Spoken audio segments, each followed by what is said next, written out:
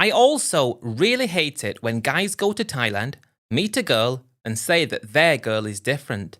So I get that. But the thing is, my girl was different because she was from Laos. I'd been going to Thailand for years and years, and I'd never met a girl from Laos before, and I think it was because of that fact that I thought she was inherently different to the girls in Thailand. That's why I got myself into a state. I look back at the things I did and I cringe, desperately hoping to wake up and realise what a cruel dream it was. It doesn't work like that though when I plod on, knowing that I will never be the same again. 2008 was the year in question. I was going back to Thailand for my yearly holiday, 3 weeks starting from the middle of October. I'd been loads of times. I can't actually put a number to the amount of times I'd been, but I'd say it was at least 10 times. I did the same things, every time. 5 days in Bangkok, and the rest in God's own country, Pattaya. I was in my element there, mingling with the enlightened crowd of guys who got it. There for that moment when we could be who we always wanted to be. Every year, I'd enjoy everything that Pattaya is known for, never allowing myself a moment's rest as I had to make the time count. But that year, 2018, changed everything. I was in a great bar just off Beach Road, doing what you did in all the bars you went to before. But that's when I met her. It started off just like a normal exchange. She wasn't exactly my perfect type, but she was very interesting to talk to. Just my type of conversation to have. And I'm enjoying myself, considering if I should stay or maybe move on to the next place. When she said she was from Laos, I stayed. I immediately felt a stronger attraction to her. That's the exact moment in time I can pinpoint when I became everything I always hated, and she had to be mine. I'm not going to get into the minute details of the conversation I had with her, or what we had to eat that evening, or even the fact that she said it was her first day that she started to work there. I know, I didn't believe that, but I had a close group of friends who all loved Thailand and visited often, and we'd always talk about our experiences and adventures. Imagine how absolutely awesome I would look if I got a girl from Laos, and not only that, I got serious with her and no one else could.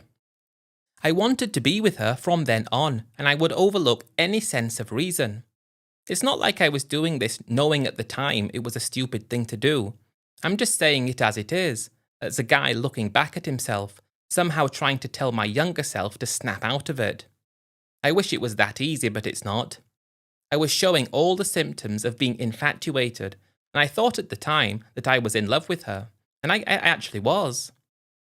When I met her, it was only my second day in Pattaya, so that was my last trip to the bar, as she spent the rest of the holiday with me. I became the guy doing things I hated other guys for doing. I bought her a brand new iPhone, a gold bracelet, and I told her I would be moving to Thailand full time soon, but I would love to go and live with you in Laos. For the rest of my holiday, I left Pattaya with her, forgetting about the money I had already paid for the hotel, and we went to Koh Samui. I was 45, and I was lucky to be in a position where I worked, but I didn't need to. I was always looking for an excuse to do something different, and now felt like the right time for that. As much as I loved Thailand and Pattaya, it was good in moderation. I never had the urge to live there all the time like so many guys seem to do.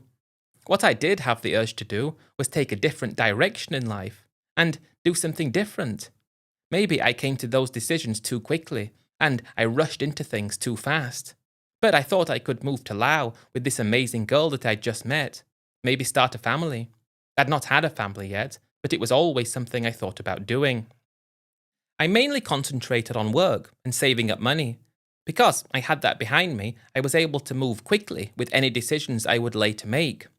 Before I go any further, I need to stress that I did some incredibly stupid things, made some stupid choices, and lost a lot of money, but I am still able to function and survive with what I have.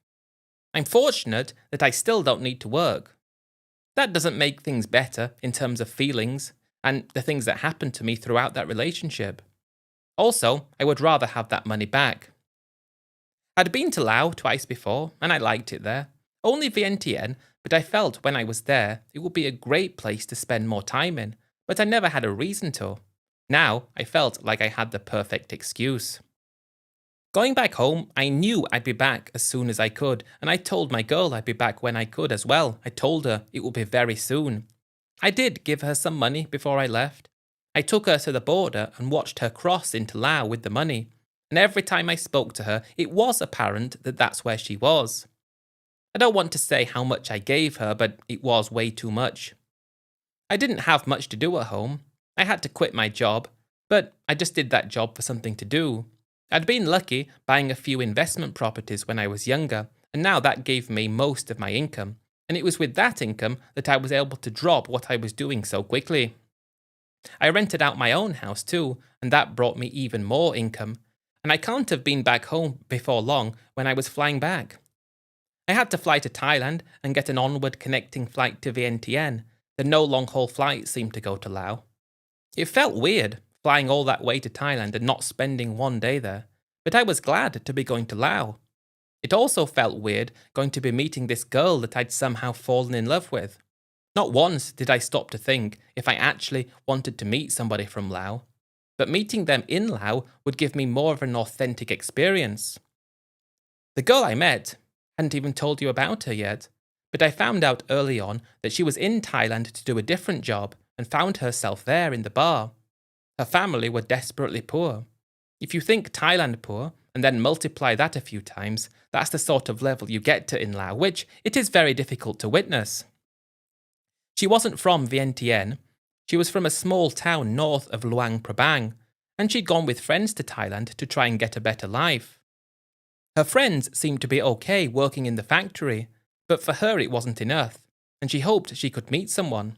And for her, the only place to do that was where she met me, and I felt like it was the right time for me to settle down with someone.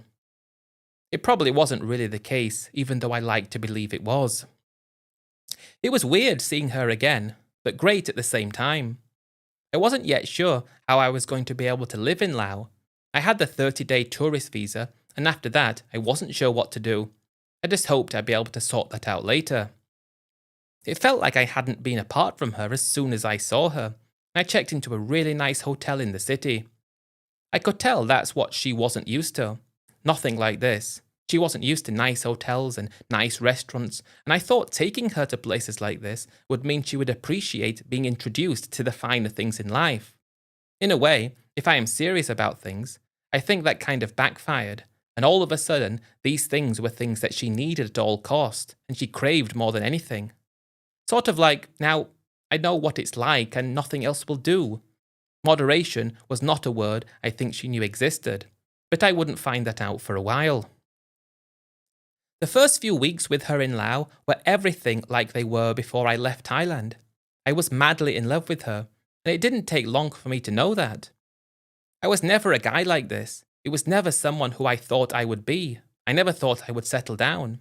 Part of me wanted to, and have a family, but it wasn't something I thought would fit in well with my own life.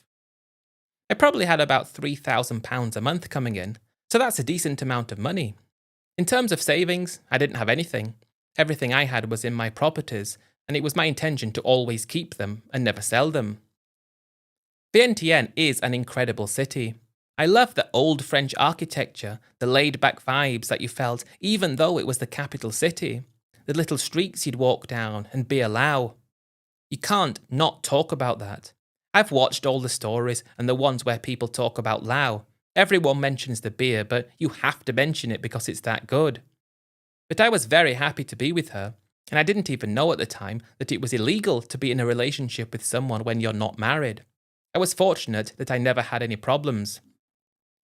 As much as I hadn't known her for very long, I reasoned with myself that the only way I could stay in Laos was to get married to her. I was very lucky that they had only just introduced the marriage visa in Laos in 2018, so I was there just in time to do that. After being back with her for two or 3 weeks, I asked her to marry me and she agreed. At this point, I would have done anything to be with her. I've never felt like that, and I'd been to Thailand so many times for 3 weeks at a time, And once you're there for those weeks, you take full advantage of what there is in Thailand and Pattaya. There's no day where you'd let anything go to waste. So it made sense to me that these feelings I was having for her really did mean that she was different, because I'd never acted or behaved like this around anybody else. Getting married in Laos, that is difficult, really complicated. I mean, on paper, it's meant to be easy, but compared to how it is in Thailand, I've heard, Laos is far more difficult. The amount of documents I had to provide, it was very annoying and time consuming. But I did manage to extend my tourist visa, which would give us ample time, I hoped, to get the documents. It always made me wonder, you're not allowed to be in a relationship with someone when you're not married, yet to get married, it takes such a long time. How are you meant to get married to someone if you're not in a relationship with them to start with? Just one of those things that you need to get used to if you're in somewhere like Laos. I had to go to Thailand to get another tourist visa and come back in. That's how long it took to sort everything out. I was interviewed and I was also assessed to make sure I was a suitable candidate for this girl from Laos. It does make you wonder who comes up with these sorts of things. Obviously, I was in a better financial position than her. Obviously, I loved her. That should have been enough. But no, it wasn't. But we did get there eventually. It was great when we got married. I mean, I loved her. I'm telling you the truth, I really loved her. And when that finally happened, I thought that was the first step to building a great life. She hadn't taken me to see where she came from yet, but she did explain to her family that we were getting married, and as soon as we were married, we would go to visit. I've been to a few villages in Thailand, maybe 2 or 3 throughout my time. When you've met a girl, you might like her, and somehow you wrangle your way to go and have a look in the village to see what that's like. The villages in Thailand, they're very different. The people are very different. Of course they are. But the thing is, in Laos, they are so much more poorer than in Thailand. It's incredible to witness and very upsetting at the same time, but something like this, or this alone, would be why I could not stay there forever. We only spent a few days with her family, and then we went back to Vientiane. In that moment, I was happy. Never been happier. I somehow found this girl that made me feel different to all the other girls I'd ever met. And I felt like she was special. And I must admit, though, if I met her and I found out she was from Thailand like everybody else, I might not have stayed and spoken more to her. But I was drawn to the fact that she was from Laos. After we got married, it took a lot of time for me to get the visa, but eventually I was issued with one for 12 months. I was worried I was only going to get it for 3 or 6 months. I was told in some cases you might only get it for a short amount of time to start with. Everything seemed to be up in the air. But I used an agent and I used some money. And when I had that, I felt like I was able to relax a bit and start to develop closer ties to the country. Up until that point, we were just travelling around. A few weeks in Vientiane, a few weeks in Luang Prabang, a week in Paksay, getting to know the country and just waiting until I was comfortable enough to be able to take things to the next level. At the time in Laos, they weren't used to issuing visas like that, because it had only been introduced a few months before I applied. It was very lucky though, but it's not like in Thailand where if you have all the documents, you're going to get the visa. I must stress, I've heard a lot of friends who have jumped through so many hoops when they're getting their visa in Thailand, but it's there. If you're willing to put up with the annoyance, you're going to get it. But I wasn't sure I was going to get it until I actually did in Laos, so yeah, it's a lot more difficult and a lot more stressful. One thing I would say, if you're interested in spending time in Laos, maybe you've met someone from there, or you want to live there, there's not as much available information online as there is about somewhere in Thailand, for obvious reasons. But it was my understanding, before I went into things, that in Laos, nobody could own land, because it all belonged to the government. You know, the typical communist crap that you get at places like that. But I learned later on that Lao citizens can be given land rights, which they can sell and transfer, and I was told that it's basically ownership, but it's not because the government owns it. So it was a very weird system, as is the case in many countries like that.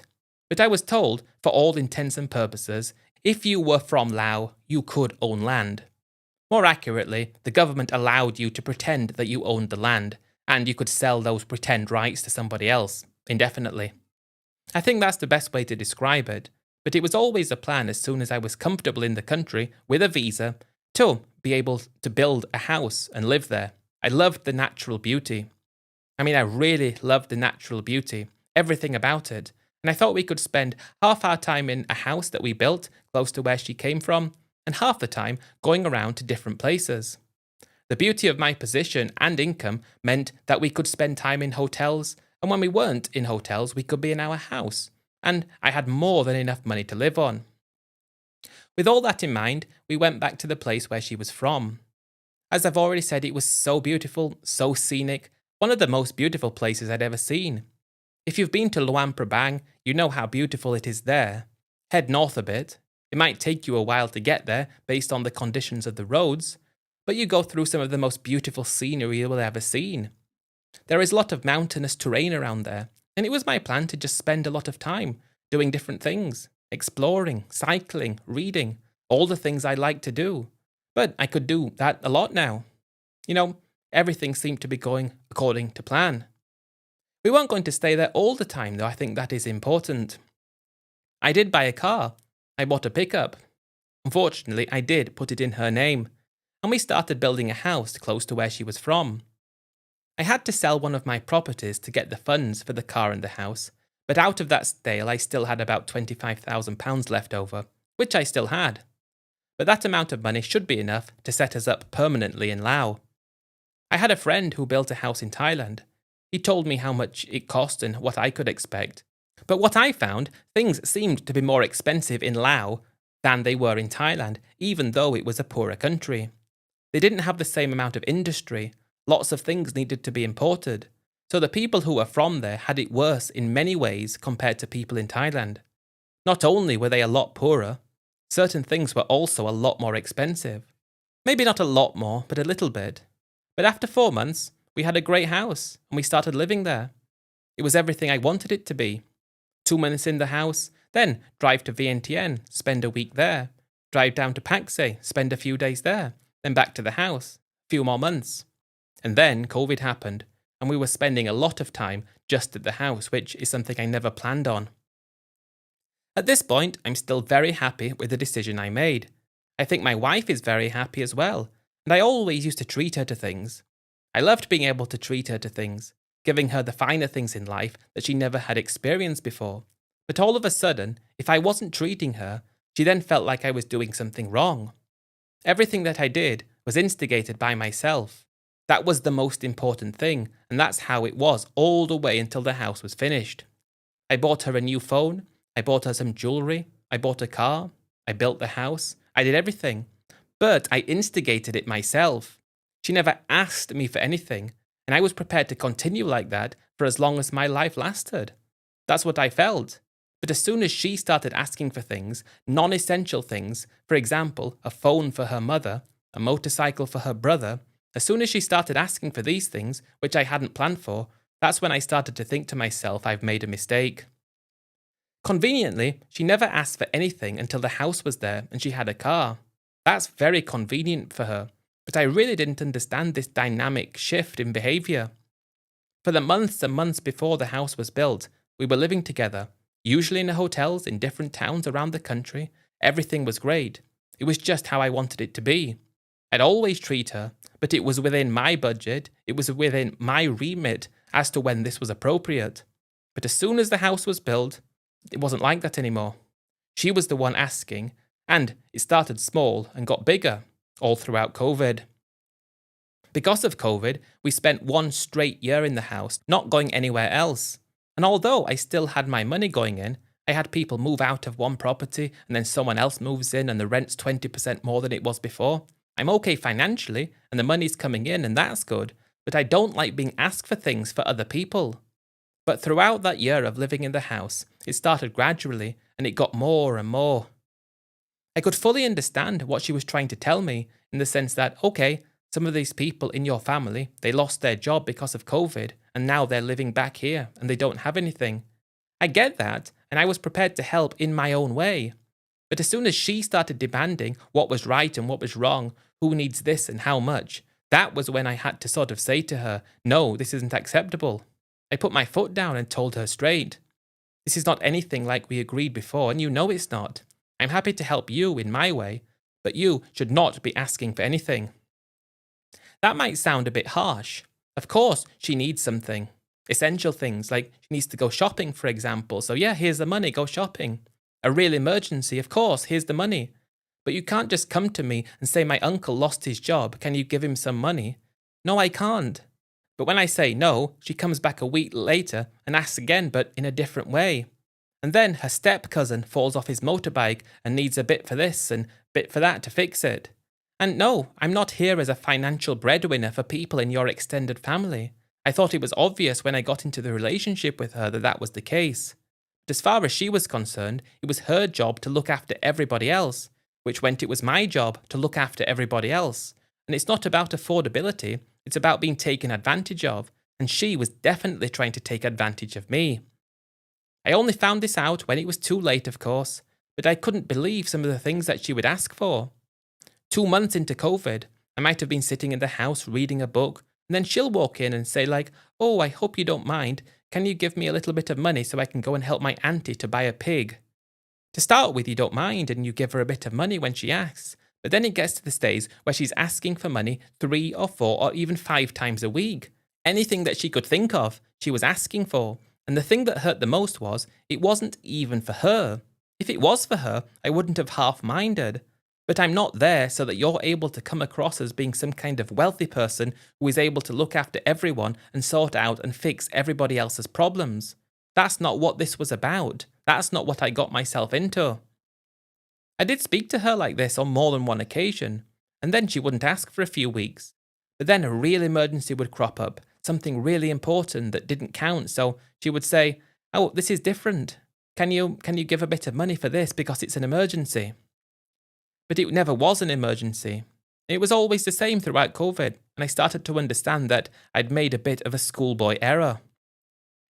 It was because of everything happening like this that I started to feel like I didn't really want to be with her anymore.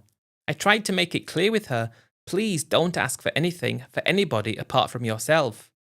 Yet at the same time, I'm hoping to have children, hoping to start a family. It was such a mix of emotions going on during that time. I think it was coming closer to the end of that year that we spent in the house, not going anywhere, where I had to tell her, I didn't move here to give money to anyone apart from you and me. If a real emergency comes up and it's related to someone in your direct family, for example, your mother, your father, or one of your siblings, and it's a life or death situation, then yes, I will help. Anything other than that, I will not help. Do you understand?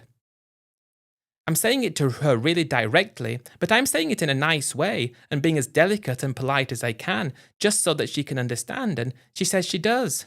She understands. I mean, I did have enough money, but that wasn't the point. She does. She tells me she understands. Everything seems okay there. Yet a month later, she comes to me and asks for money again. Her dad's motorcycle was broken.